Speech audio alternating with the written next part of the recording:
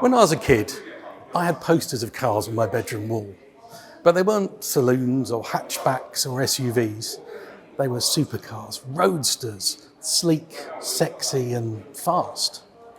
The trouble with electric cars now is that there aren't any sexy cars.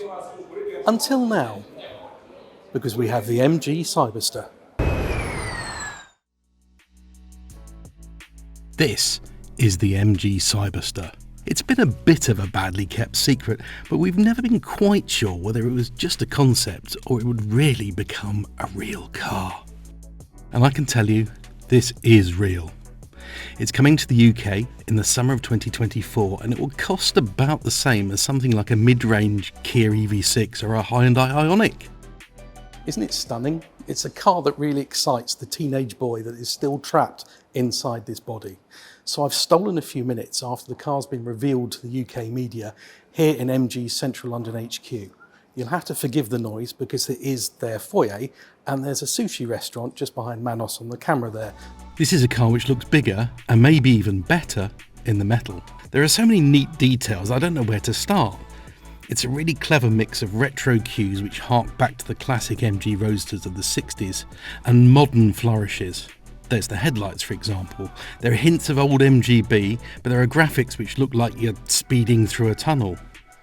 The tail lights too, with these sort of flags, or are they arrows? Either way, they're pretty striking. The rest of the rear end is dominated by these black and red scoops and fins, which sort of remind me a bit of the Batmobile. They do a job too, making sure the Cyberster is as aerodynamic as possible for efficiency, but also to make it more stable at speed. Those two fins in the middle look a little like the exhaust tailpipe on a supercar. Cheeky. It looks and feels like an expensive car. It's about the same size as a BMW Z4 rather than being a competitor to the Mazda MX-5 like you might expect. I think most of us thought this would be an electric replacement for the old MGF, but it's a step up market from that car, thankfully, as that was built with bits of Metro. Forget the leaky old ragtop. The Cyberster has a very slick, electrically operated top. Perhaps the biggest talking point on the whole car is the doors. I mean, how cool are they? They're going to be really handy if you're in a tight parking space too, although you'll need to watch the ceiling in a multi-storey car park. Now, I would like to tell you what it's like in here, but unfortunately we're not allowed to film the interior because this is still a concept car, which is only about 95% finished apparently.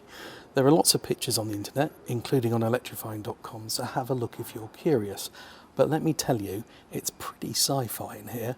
I'm surrounded by a bank of screens and they've got a kind of gaming feel. It's very Xbox in here, although you can have traditional dials if you'd prefer them. You just press a button to make them change. There's also a Tesla-style yoke steering wheel. Now apparently this is one of the 5% of things on this car which won't make production. Not yet anyway.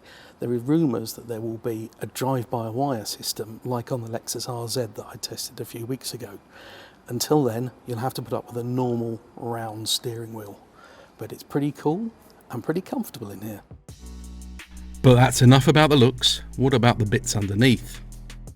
Well, MG are still being cagey about some of the finer technical details, but what I've done is thrown some figures out at them and they've made some facial expressions and said higher, lower, warmer, cooler to see if I'm right or not. So we reckon about 50 to 60,000 pounds, 50 for the two-wheel drive version, 60 for the four-wheel drive version, which sounds like a lot of money, but when you look at that next to some fairly tame electric cars, it seems like pretty good value, especially because the only other electric roadsters I know are coming are a Porsche Boxster and a Tesla Roadster, and I reckon they're going to be six figures.